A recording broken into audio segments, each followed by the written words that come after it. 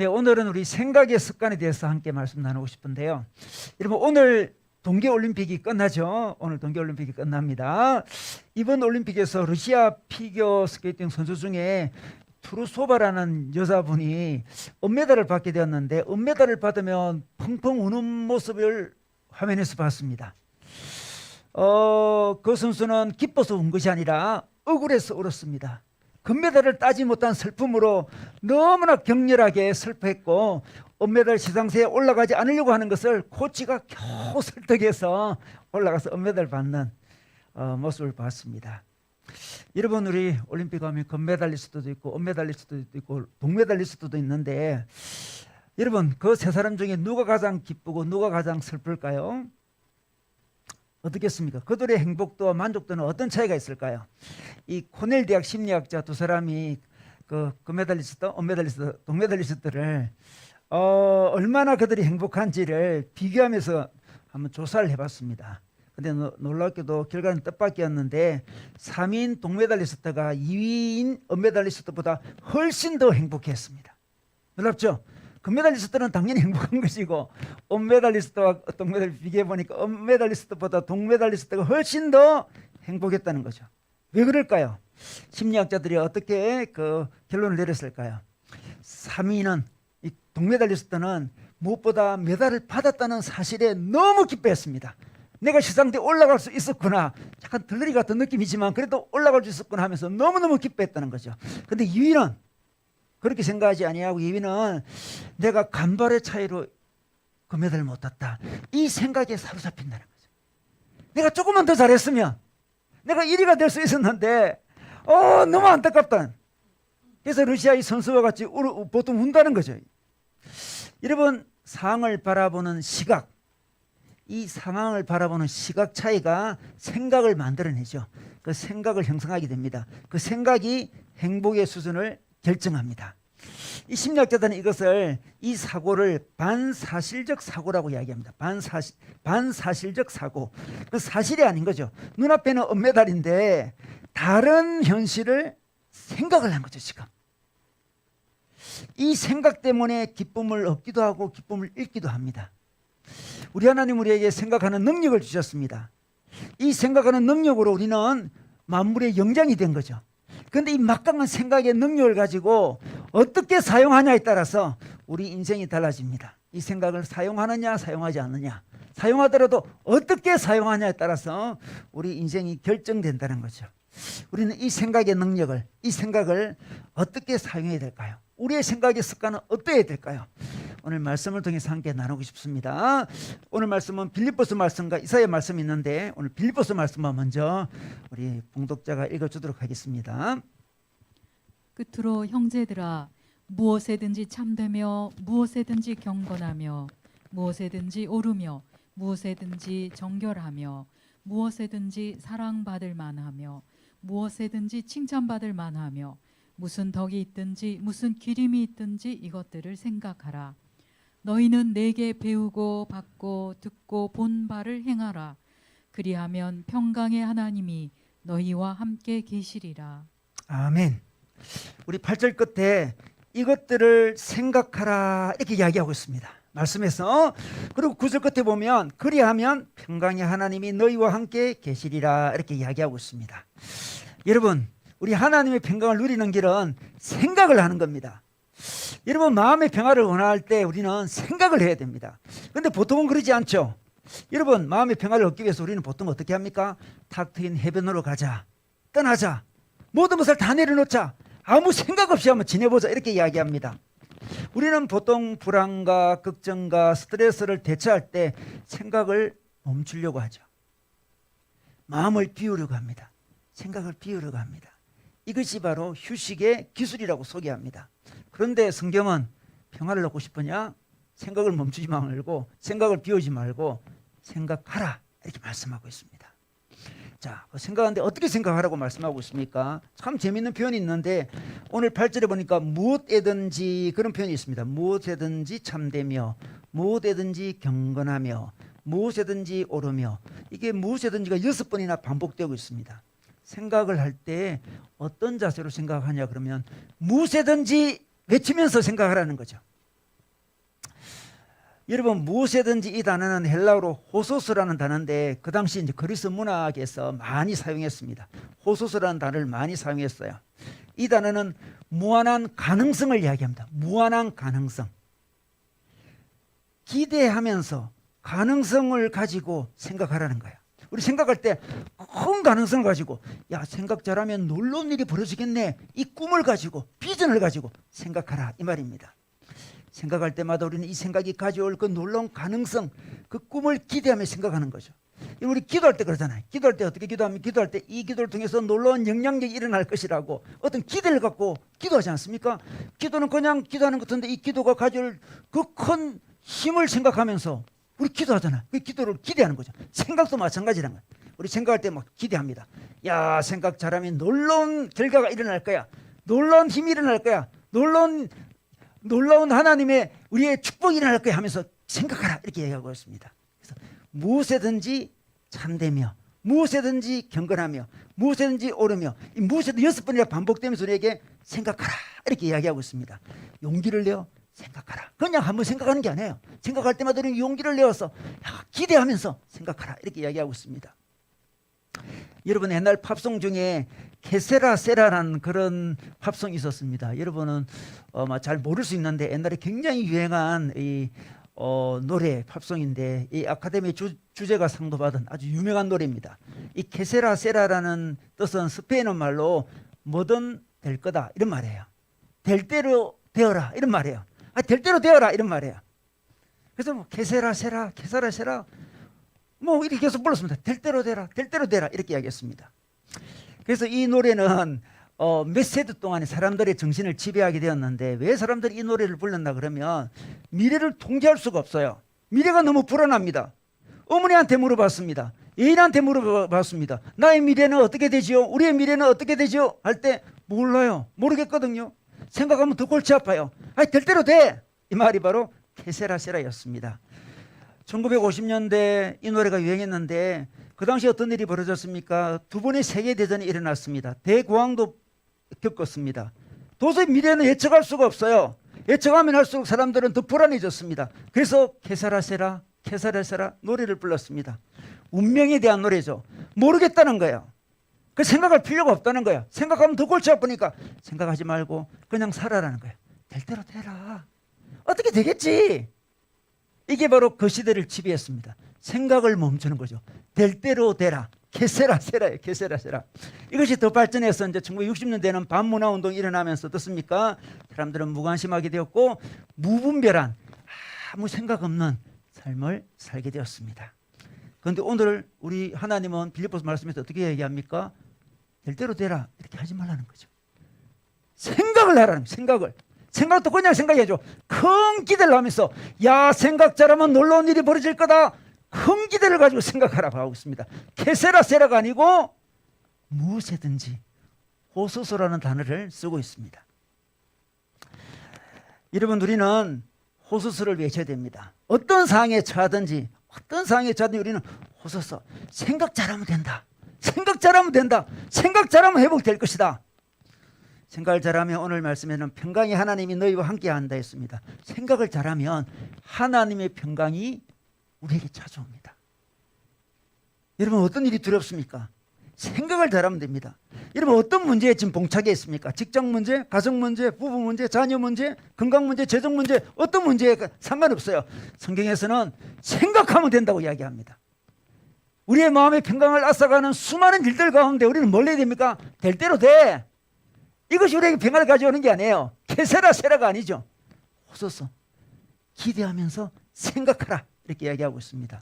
우리 기독교는 생각하라고 권유하고 독려하는 종교죠. 기독교는 생각하라고 이야기하고 있습니다. 여러분 생각을 멈추려고 하는 많은 사상들이 있죠. 예를 들면 유물론, 과학적 유물론 어떻습니까? 모든 것은 우연이야. 자연적인 원인에 따라서 발생할 뿐이야. 우리의 마음도 우리의 생각도 우리의 뇌도 우연한 반응일 뿐이야. 그냥 화학적인 반응이야. 의도적으로 생각하는 게 아니야. 그냥 반응이야 반응 이렇게 주장합니다. 그러므로 생각할 필요도 없고 생각을 바꿀 이유도 없고 그냥 모든 것이 다 본능이야. 바로 유물론이죠. 과학적 유물론. 생각이 없습니다. 과학적 유물론을 믿는 사람은 생각을 인정하지 않습니다. 생각은 화학적인 반응이니까 사랑한다 이야기하면 아, 너희 뇌에서 어떤 화학적인 물질이 분비되고 있구나 이렇게 반응하는 거죠. 그게 과학적인 물론 아니겠습니까? 동양범신론은 어떻습니까? 동양범신론은 생각이 사라지는 상태를 추구합니다. 생각이 없어집니다. 자연과 내가 하나가 됩니다. 개인이 없어서요. 개성도 없어집니다. 온전히 우주와 하나 되는 걸 추구하는 게 동양범신론 아니겠습니까? 생각이 없어지는 거죠. 그런데 성경은 생각하라. 내가 평화를 얻고 싶으냐? 생각하라. 이렇게 이야기하고 있습니다. 여러분, 신앙 훈련도 사실 생각하는 훈련입니다. 신앙 성장도 생각이 성장할 때 신앙이 성장되는 거예요. 여러분, 염려할 일이 있습니까? 어떻게 되겠습니까? 생각을 해야 됩니다. 여러분, 우리가 잘 아는 말씀 한번 볼까요? 마태복음 말씀 보겠습니다. 마태복음 6장 말씀 볼까요? 6장 26절에서 30절 말씀에 생각에 대한 말씀을 이야기하고 있습니다. 염려가 일어날 때 생각을 이야기합니다. 공중의 새를 보라. 심지도 않고 거두지도 않고 창고에 모아들이지도 아니하되 너희 하늘 아버지께서 기르시나니 너희는 이것들보다 귀하지 아니하냐. 너희 중에 누가 염려함으로 그 길을 한 자라도 더할 수 있겠느냐. 또 너희가 어찌 어복을 위하여 염려하느냐. 들의 백합화가 어떻게 자라는가 생각하여 보라. 수고도 아니하고 길쌈도 아니하느니라. 여러분, 어찌 어복을 위해서 염려하느냐. 들의 백합화가 어떻게 자라는가 생각하여 보라. 이렇게 이야기합니다. 공중의 새를 보라고 또 26절에 이야기했습니다. 보라는 것은 생각하라는 거야. 먹을 것이 없느냐? 공중의 새를 생각해 보라. 입을 것이 없느냐? 들의 백합화를 보라. 이렇게 이야기합니다. 생각해 보라는 거야. 깊이 생각해 보라는 거야. 그리고 3절에 이렇게 말씀하고 있습니다. 오늘 있다가 내일 아궁이에 던지지는 들풀도 하나님이 이렇게 입히시거든 하물며 너희일까 보냐. 믿음이 작은 자들아. 이렇게 이야기합니다. 여러분, 믿음이 작은 자가 어떤 자입니까? 염려하는 자죠. 염려하는 자는 어떤 자입니까? 생각을 안 하는 자죠. 그죠? 믿음이 없는 자는 생각을 안 하는 거야. 믿음이 있는 자는 생각하는 자고, 믿음이 작은 자는 생각을 적게 하는 자고, 믿음이 큰 자는 생각을 제대로 많이 하겠죠. 여러분, 로이돈스 목사님 이런 이야기를 했습니다. 생각하지 않는 사람은 자기 상이 자기를 마음껏 두드러 패도록 허용하는 자다. 이렇게 이야기했습니다. 우리의 상이 막 부러지잖아요. 여러 상이. 그 상이 막 두드려 맞는 사람도 있잖아요. 그대로 두드려 맞아요. 생각하지 않으니까. 생각하지 않으면 그 상이 자기를 덮쳐버립니다. 직장의 상이 자기를 덮쳐버려요. 가정의 상이 자기를 덮쳐버리고, 건강의 문제도 덮쳐버리고, 꼼짝달싹 못하게 덮쳐가지고 그냥 헤매고 다니는 거죠. 여러분, 상이 자신을 마음껏 두드려 패도록 허용해서는 안 됩니다. 어떻게 됩니까? 생각해야 되는 거죠. 로이든스 목사님이 이렇게 얘기했습니다. 생각하지 않는 사람은 감정이 자기 멱살을 붙잡고 흔들도록 내버려 두는 것이라 했습니다. 여러분, 우리에게 수많은 감정이 일어나잖아. 그죠? 그 감정이 우리의 멱살을 잡고 막 흔듭니다. 이렇게 흔들어요. 그 내버려 두는 것은 뭐다? 생각하지 않기 때문에 그렇다 이 말씀하고 있습니다. 그러므로 생각해야 됩니다. 성경은 생각으로 가득 차 있습니다. 성경은 추론으로 가득 차 있어요. 믿음은 생각입니다. 믿음은 생각을 통해 발전합니다. 믿음의 생각이 우리를 통제하지 않으면 다른 어떤 것이 우리를 통제하는 상황이 벌어집니다. 걱정은 생각이 없는 거예요. 생각하지 않는 것이 문제예요. 생각하더라도 엉뚱한 것을 생각하는 게 문제라는 거죠. 기독교는 우리 생각을 바꾸는 거예요. 마음을 새롭게 하는 겁니다. 기도하면 우리 생각이 바뀝니다. 기도하면 우리 마음이 바뀌는 거죠. 우리는 때때로 기도할 때 환경을 바꿔달라고 기도하죠. 환경을 바꿔달라고 기도도 해야 돼요. 물론 당연히 해야 됩니다. 그리고 핵심은 뭐다?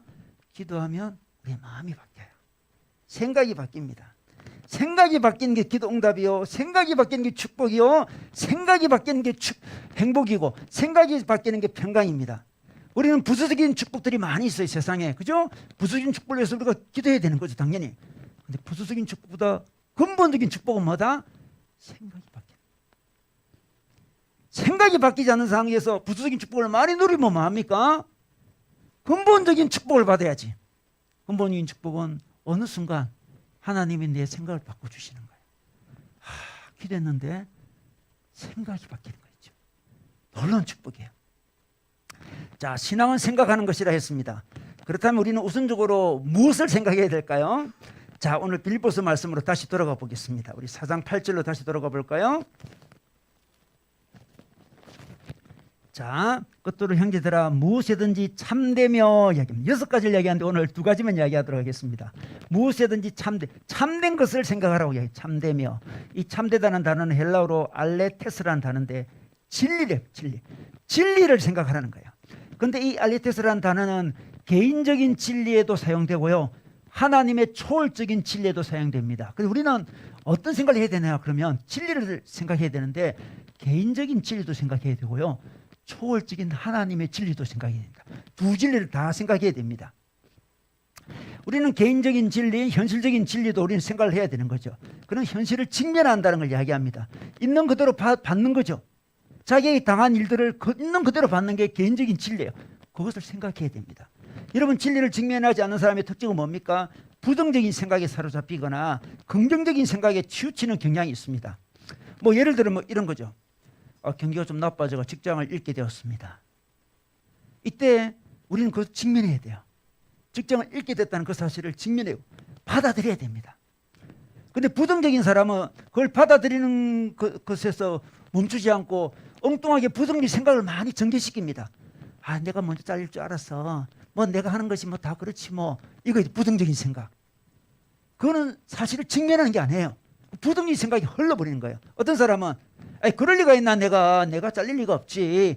회사가 뭐 잘못했는가 봐. 행정에 문제가 있는가 봐. 뭐 그런 식으로 생각합니다. 아주 자기 딴에 긍정적으로 생각하는 거죠. 뭐 회사에서 뭐 잘리더라도 뭐 금방 더 좋은 직장을 구할 수 있을 거야. 이러고 있잖아요. 긍정적인 생각. 직면하지 않는 거예요. 진리를 생각해야 돼요. 내가 회사에 잘리게 되었구나. 어쩔 수 없는 거예요, 지금. 현실입니다. 현실을 받아들여야 돼요. 몸에 이상이 생겼습니다. 의사가 조직 검사를 받으래요. 그럼 사실에 몸에 이상이 있는 거예요, 지금. 부정적인 사람은 어떻습니까? 그 일을 갖고 직면하는 걸 넘어서서 이럴 줄 알았어. 내가 평소에 기분 좀 이상했더라니까. 나는 큰 병일 거야. 부정적인 생각. 긍정적인 사람, 별일 아니야, 별일 아니야, 이거. 하나님이 내게 그런 뭐 심각한 병을 주시겠나? 그럴 리가 없어. 조직 검사하면 음성이 나올 거야. 좋은 소식이 들리실 거야. 이거는 긍정적인 생각. 이것도 사실을 직면하는 게 아니에요. 직면하는 게 아닙니다. 그거는 부정적인 생각과 긍정적인 생각으로 자기가 취하는 거죠. 자기 아들이 학교에서 문제를 일으켜서 교장선생님한테 연락이 올 수 있습니다. 그럼 어떻습니까? 부정적인 생각을 하는 사람은 어릴 적부터 사고 뭉치하는데 또 무슨 사고를 저질렀나, 그럴 줄 알았다. 부정적인 생각. 긍정적인 생각. 우리 아들 착한데 왜 그러나, 좀 장난기가 좀 있을 뿐인데 학교에서 그걸 못 받아주냐. 뭐 좀 걱정스러운 부분이 좀 있을지라도 뭐 금방 잘 될 거야. 우리 애들은 우리 애는 잘 될 거야. 이렇게 하는 거. 부정적인보다 긍정이 훨씬 더 나은 것 같죠. 둘 다 진리를 직면하지 않는 거예요. 진리를 그대로 직면해야 됩니다. 참된 것을 생각했습니다. 영혼을 갉아먹는 비관주의에 빠질 필요도 없고 비상적인 낙관주의에도 빠질 필요가 없습니다. 그 모든 성경적인 사고방식이 아니에요. 우리는 현실을 직면합니다. 내가 직장에서 당하고 있는 사실을 직면하는 거죠. 우리 자녀에 대한 거, 우리 건강에 대한 거, 분명한 어떤 사실이 있습니다. 직면합니다. 그러나 우리는 진리 중에 초월적 진리도 있다는 걸 압니다. 개인적 진리와 아울러서 초월적 진리까지 생각합니다. 개인적 사실에 머물지 않고 초월적 진리까지 나아가는 거죠. 이게 우리가 생각해야 될 거야. 우리 사마리아 여인이 예수님을 만났습니다. 예수님께 사마리아 여인이 나는 5번이나 결혼했고 현재 사는 남자도 남편이 아니다고 이야기했습니다. 그때 예수님의 말씀은 그런 부정적인 생각하지 마, 이렇게 안 했습니다. 잘 될 거야, 그렇게 다 하지 않고 예수님은 참되다 그랬습니다. 내 말이 맞다. 5명이 결혼을 했지만, 그리고 지금 6번째 남자 만나고 있지만 정상적인 관계가 아니라는 것을 말하는 너의 고백이 맞다. 그죠? 분명히 딱 직면하게 해줬습니다. 그러나 거기서 머물지 않고 영원한 생수이신 자신을 소개했습니다. 하나님의 진리, 하나님을 예배해야 된다는 것을 소개했습니다. 초월적인 진리를 소개했습니다. 우리는 인생을 살아가다 보면 어떤 문제를 바라볼 때 개인적인 진리와 초월적 진리를 2가지 다 생각해야 됩니다. 그 2가지가 늘 교차하는 거죠. 그죠? 늘 교차합니다. 인간적인 생각, 분명히 맞는 생각이 있죠. 여기서 머물지 않고 초월적인 생각까지 들어옵니다. 늘 그 2 생각이 교차하고 있습니다. 그 교차할 때 그 2 생각을 잘 감당해야 돼요. 잘못하면 부정적인 생각이 흐르거나 낙관적인 생각이 흘러버려요. 그 2 생각을 붙들어야 됩니다. 이사야 55장에 이런 말씀이 있습니다. 우리 이사야 55장 8절에서 9절 말씀 제가 한번 읽어보겠습니다. 이는 내 생각이 너희의 생각과 다르며 내 길은 너희의 길과 다름이니라. 여호와의 말씀이니라. 이는 하늘이 땅보다 높음 같이 내 길은 너희의 길보다 높으며 내 생각은 너희의 생각보다 높음이니라. 여러분, 우리 생각이 틀릴 때도 있지만 맞을 때도 많거든요. 현실적으로 그게 맞잖아요, 그죠? 그러나 우리 하나님 생각은 우리 생각보다 더 위에 있다 그러죠. 초월적인 진리가 있는 거예요. 이 두 가지 생각을 잘 할 때 우리는 평강이 찾아옵니다. 낙관주의로 흘러도 평강이 없고요, 비관주의로 흘러도 평강이 없습니다. 자기 현실적인 그 진리만 생각해도 평강이 없어요. 현실적인 진리를 생각하지만 그 플러스 초월적인 진리를 생각할 때 우리 마음속에 평강이 찾아옵니다. 자, 뭐 예를 들면 이런 거죠. 정말 경기가 나빠 직장 이런 그 어느 형제가 있습니다. 그 형제가 목사님께 찾아서 이렇게 이야기합니다. 목사님, 이 비슷한 일을 이만한 연봉으로 구하기가 어려운 것은 사실입니다. 직면하는 거죠. 사실입니다. 이거. 굉장히 이 직장 같은 곳으로 다시 구하기는 쉽지 않습니다. 그러나 좀 초월적인 진리를 이야기합니다. 그러나 우리 하나님은 내 인생을 돌아볼 때 늘 선하셨고 늘 나를 사랑해 주시고 또 모든 일들이 다 당신의 손에 있음을 저는 많이 경험했습니다. 하나님은 저에게, 저희 가족에게 늘 친실하셨습니다. 사실 여전히 두렵습니다. 마음이 힘듭니다. 혼란스럽습니다. 그 순간 그 개인적인 진리와 하나님의 진리가 막 교차되면서 마음이 막 여러 가지 생각이 드는 거죠. 그렇지만 저는 하나님의 초월적인 진리를 바라봅니다. 그 형제는 현실을 그대로 보려고 애쓰고 있습니다. 자기 마음이 긍정이나 부정으로 흐르지 않으려고 그 사실을, 현실을 그대로 봅니다. 용감하게 직시했습니다. 그러나 더 나아가서 하나님의 신실하심, 하나님의 선하심, 하나님의 돌보심, 하나님의 초월적인 진리를 바라보려고 애쓰고 있습니다. 참된 것을 생각하는 거죠. 현실은 정말 그렇습니다. 정말 어렵습니다. 그러나 우리 하나님, 내가 경험한 하나님은 결정적인 순간에 나를 도와주셨고 늘 신실하셨고 늘 인도해 주셨고 늘 사랑해 주셨습니다. 이 현실은 내가 회피할 수는 없지만, 이 현실을 인정하지만 우리 하나님의 신실하심 때문에 저는 넉넉히 이것을 이겨내도록 하겠습니다. 이렇게 고백한다는 거죠. 우리가 경험하는 가정의 문제, 자녀의 문제, 직장의 문제, 재성의 문제, 건강의 문제, 모든 문제들 사이에서 우리 두 가지 진리로 생각하라, 이렇게 말씀하고 있습니다. 여러분, 우리가 초월적인 진리를 생각할 때 초월적인 진리가 뭘까 생각하면 그것이 바로 하나님의 신실하심이죠. 하나님의 사랑이죠. 그런 영원한 진리예요. 어떤 상황에 직면하든 우리 하나님 우리를 사랑하고 우리 하나님 자체가 초월적인 진리죠. 하나님 사랑, 하나님 뜻, 하나님의 인격, 그게 진리가 우리에게 있는 거예요. 그 진리가 우리에게 있습니다. 그래서 우리는 하나님을 신뢰합니다. 그 사랑을 경험했기 때문에. 그래서 그 진리를 놓치지 않습니다. 때때로 우리 삶이 인간적으로 이해가 되지 않더라도 그분을 신뢰하기 때문에, 우리는 그분을 붙잡기 때문에 흔들리지 않습니다. 우리 축구 선수 중에 이영표 선수 있잖아요. 제가 이영표 선수 좋아하는데, 이영표 선수가 뭐 축구를 오래 했지 않습니까? 자기가 많은 축구 감독을 경험했는데, 축구 감독 중에 가장 중요한 능력이 있는데, 축구 감독은 반드시 갖춰야 될 능력이 있는데, 그 능력이 뭐냐 그러면 선수들에게 신뢰를 줘야 돼. 신뢰를. 선수들이 감독을 믿어야 된다는 거죠. 어떤 감독은 전략과 기술은 진짜 뛰어난데 선수들이 감독을 잘 못 믿어요. 신뢰를 주지 못하는 거죠. 그래서 그 기술과 전략대로 선수들이 움직이지 않는데요. 감독을 못 믿으니까 경기에 진다는 거죠. 그런데 히딩크 감독은, 자기가 경험한 히딩크 감독은 선수들에게 신뢰를 준다 그래요. 신뢰 준다고 이야기하고 있습니다. 우리 2002 월드컵 준비할 때 선수들이 이제 훈련하면서 연습하면서 종종 실수를 범하지 않습니까? 그런데 히딩크 감독은 어떤 선수가 실수하면 아무 말도 하지 않고 넘어가요. 근데 어떤 선수가 실수하면 호되게 꾸짖었다 그래요. 처음에는 이게 차별이라 생각했대요. 왜 그러나? 일관성이 없다, 히딩크 감독. 어떤 사람은 꾸짖고 어떤 사람은 내버려두고 이게 뭐하냐 생각했습니다. 한참 지난 다음에 물어볼 기회가 있었대요, 감독에게. 아니 감독님, 어떤 선수는 왜 실수할 때 꾸짖고 어떤 선수는 왜 내버려둡니까? 물어봤답니다, 이영표 선수가. 그때 히딩크 감독은 이런 이야기를 했답니다. 어떤 선수는 내가 꾸짖으면 주눅이 들어버려. 더 못해. 어떤 선수는 혼내야 더 잘해. 그렇게 이야기하더라. 혼내야 더 잘하는 선수가 있어요. 제가 아는 선수인데 안모 선수 있어요. 그 선수는 혼내야 잘하는 선수죠. 우리 박모 선수는 내버려둬도 그냥 알았어. 이미 주눅이 들어요. 말하기 전에. 사람은 다 다른 거예요. 히딩크 감독은 각자의 성향과 성격에 맞춰서 그 선수가 최고의 능력을 발휘할 수 있도록, 경기력을 발휘할 수 있도록 그냥 최선을 다한 거예요. 개인적인 감정으로 그런 게 아니에요. 이 감독의 이런 모습이 시간이 지나면서 이해가 되면서 우리 선수들이 히딩크 감독을 신뢰하게 되었대요. 때때로 꾸짖을 때도 경기력 발전을 위해서 이러시는구나. 내한테는. 그 안정환 선수도 제가 들어보니 처음에는 굉장히 서운했대요. 히딩크 감독에게 자기한테 너무 호되게 대하는 걸 모습을 보고.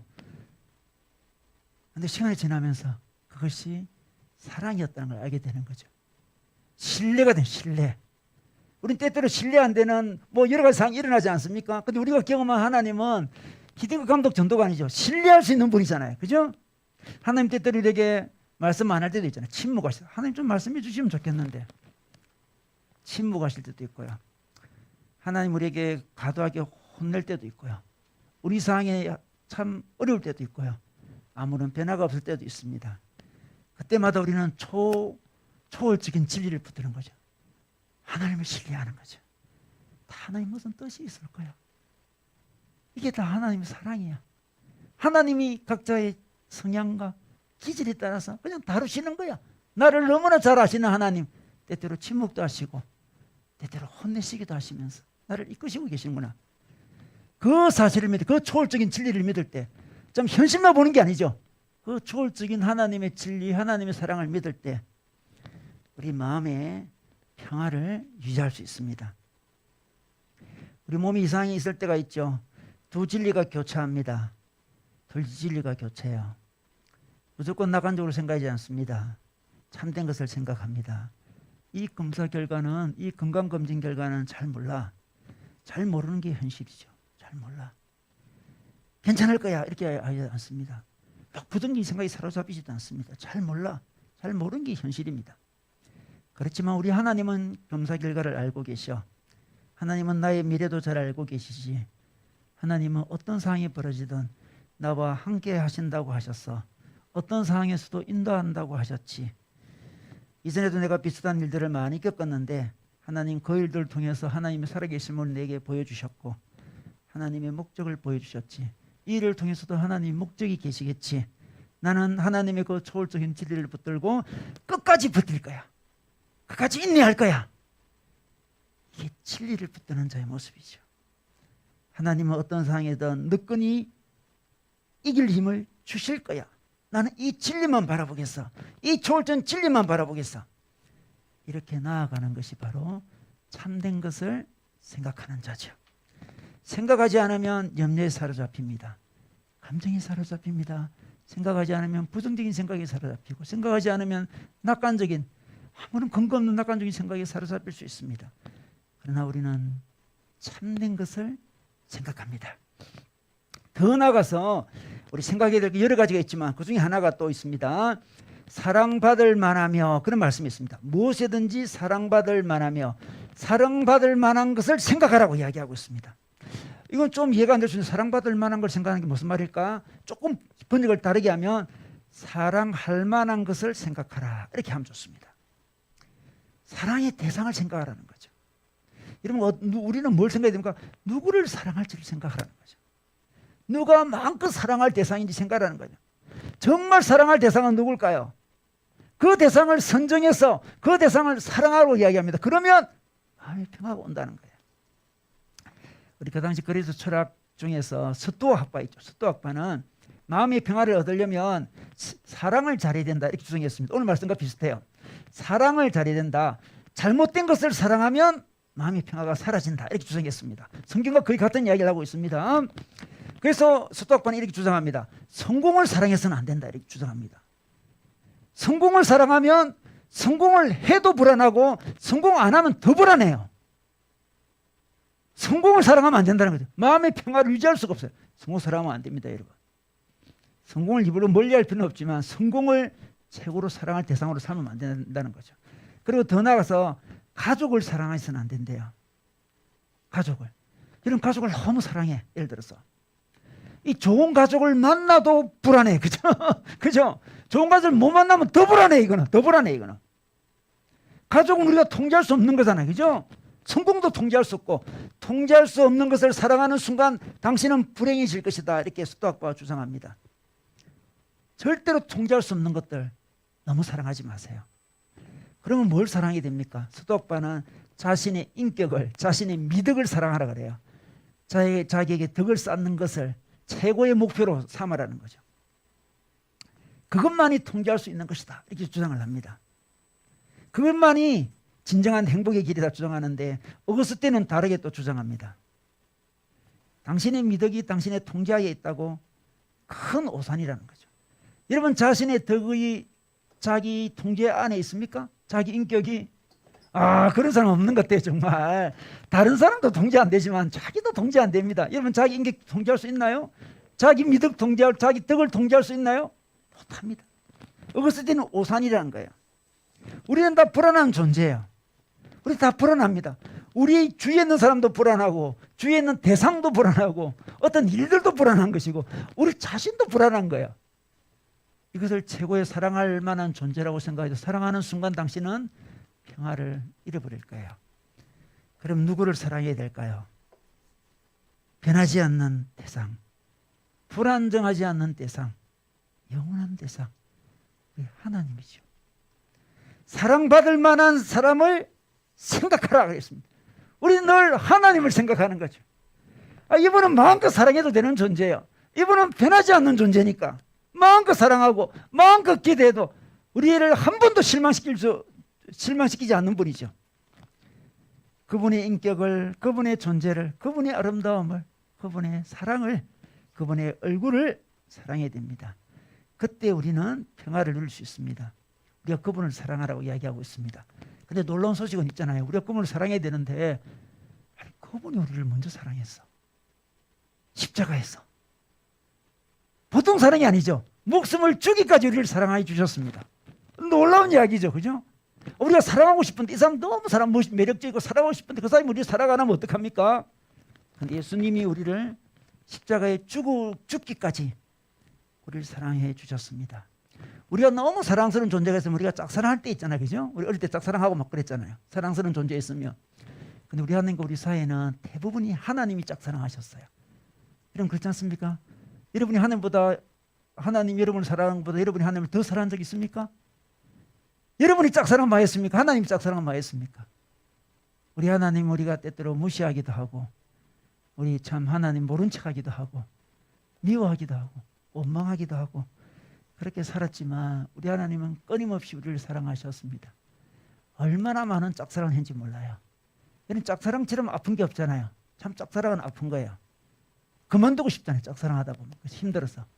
우리 주님은 그 깊은 짝사랑을 하시면서 한 번도 포기하지 않으시고 우리를 계속 사랑하셨고 우리가 그 짝사랑에 반응할 때마다 우리 하나님은 너무나 기뻐하셨습니다. 반응을 하네.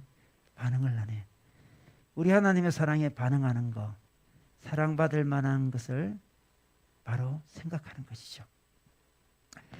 여러분 정말 사랑할 만한 사람을 사랑해야 마음의 평화가 있습니다.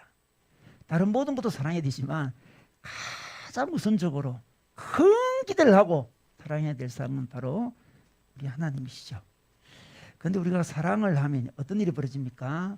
사랑을 하면 즐거움이 생깁니다. 우리가 왜 사랑을 합니까? 사랑을 할 대상을 두고 사랑을 하면 마음이 기쁘잖아요. 즐겁잖아요. 즐거워요. 그죠? 뭐 자기 애인을 생각하면 즐겁고 자기 배우자 생각하면 즐겁고 자기 자녀 생각하면 즐겁잖아요. 즐거워요. 사랑을 하면 즐거움이 옵니다. 사랑을 하지 않으면 즐거움이 오지 않는 거죠. 그런데 있잖아요.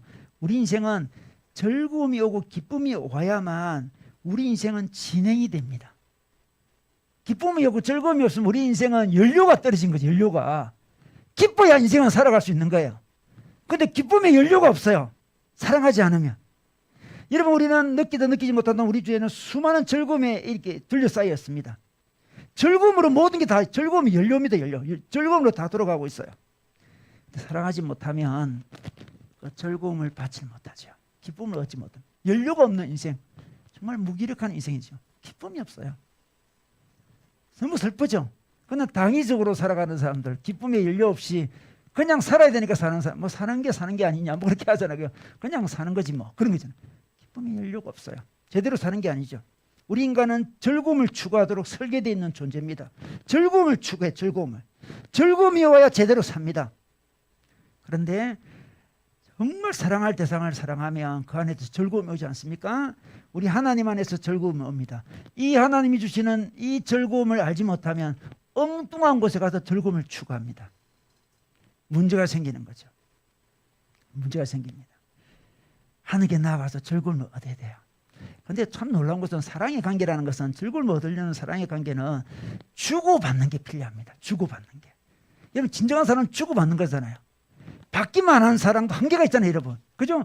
주기만 하는 것도 한계가 있지만 받기만 하는 것도 뭔가 좀 더 발전해야 되잖아요. 그죠? 우리 어릴 때는 그 엄마 아빠 사랑을 받기만 하잖아요. 그죠? 그러면서 주고받기도 좀 됩니다. 주고받기 하면 사랑이 점점 더 성장하잖아요. 점점 더 즐거움이 늘어나는 거고. 우리 하나님과 우리 사이에도 그래 우리 하나님이 사랑할 존재지. 하나님 사랑합니다. 하나님 사랑 주십시오. 한데 하나님 사랑합니다 하면서 저도 하나님을 좀 사랑하고 싶고 드리고 싶은 마음이 들어야 돼요. 드릴 때 즐거움이 오는 거예요. 우리 경험하지 않습니까? 사랑 받는 것도 기쁘지만 사랑하는 것도 기뻐요. 하나님과의 사랑을 주고받는 거죠. 주고받는. 그럼 즐거움이 점점 더 커집니다. 기쁨이란 인생의 연료가 점점 더 많아집니다. 하나님께 드리는 게 뭘까요? 하나님께 사랑을 드리고 시간을 드리고 마음을 드리고 또 하나님이 세운 공동체에 헌신하고 그 모든 것이 다 형제자매에게 또 드리고 주고 하는 그 모든 것이 하나님께 드리는 거예요. 그러면서 우리는 사랑이 점점 성장하고 연료가 계속 즐거움 연료가 생기는 거죠. 우리 사도행전 2장 35절 말씀 보도록 하겠습니다.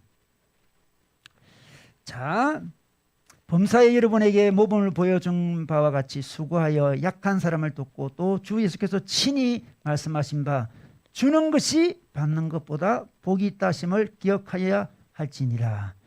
주는 것이 받는 것보다 복이 있다 했습니다. 행복하다는 이야기죠.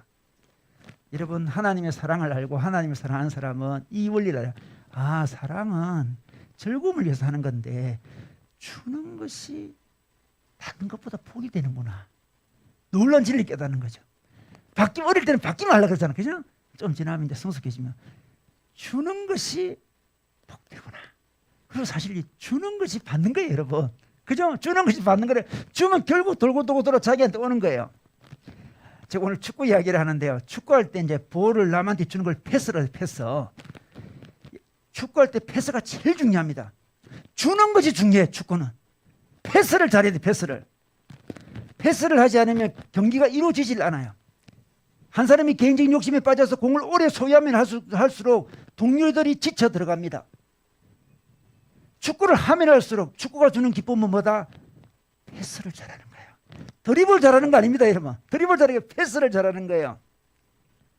일본 선수들이 훈련할 때마다 늘 하는 말이 keep the ball 이렇게 이야기하는데 우리 선수들이 볼을 유지하자, 볼을 소유하자. 이 소유하자면 괜히 소유하자 말이 절대 안 해요. 안 뺏기도록 우리 팀이 볼을 소유하자 이 말이에요. 볼을 소유하는 가장 좋은 방법은 뭡니까? 패스를 하는 거죠. 패스를 잘해야만 볼을 오랫동안 우리 팀이 소유를 하는 거죠. 패스를 잘하는 게 진정한 축구 선수들이 하는 거예요. 실력 있는 선수들. 이 약간의 실력 없는 선수들은 볼을 오래 소유하려고 합니다. 여러분 22명의 선수가 90분 동안 뛰지 않습니까? 그럼 다 빼면 한 60분밖에 안 돼. 뛰는 시간 사실 60분밖에 안 된대요. 60분을 22로 나누면 있잖아요. 2분 30초. 개인적으로 2분 30초 정도 볼 들고 있는 거예요, 지금. 그러면 선수들 마음속에 욕심이 있으니까 2분 30초밖에 안 되니까 이게 좀 더 자기 소유를 늘리려고 할 거잖아, 그죠? 내가 드리블 좀 해가지고 확 늘리고 싶어요. 이게 실력 없는 선수들의 모습이에요. 실력 있는 선수는 패스를 합니다. 드리블은 언제 하느냐? 도저히 패스할 데가 없을 때. 아무리 쳐다봐도 패스할 데가 없어요. 그때 드리블 하는 거예요. 그럼 어떻게 됩니까? 패스를 잘하면 우리 팀의 소유가 늘어납니다. 그리고 이깁니다. 승리하는 거죠. 팀의 볼 소유 점유율이 높아지면서 이기게 되면서 승리는 우리 모두가 가지게 되면서 자기가 승리하게 되는 거예요. 이 하나님의 놀라운 진리죠. 주는 것이 받는 것보다 복되다. 패스가 드리블보다 복되다. 놀라운 이야기죠. 패스가 드리블보다 복된 거죠. 결국 승리가 돌아오고 자기한테 행복이, 자기한테 이득이, 승리가 돌아오는 거예요. 여러분, 오늘 말씀에서 우리에게 하나님은 생각하라고 하셨습니다. 여러분, 신앙은 생각하는 거예요. 비관주의에 빠지는 것도 아니고 낙관주의에 빠지는 것도 아니고 생각하는 것입니다. 생각하는 만큼 신앙이 자라게 돼 있어요. 생각해 보십시오.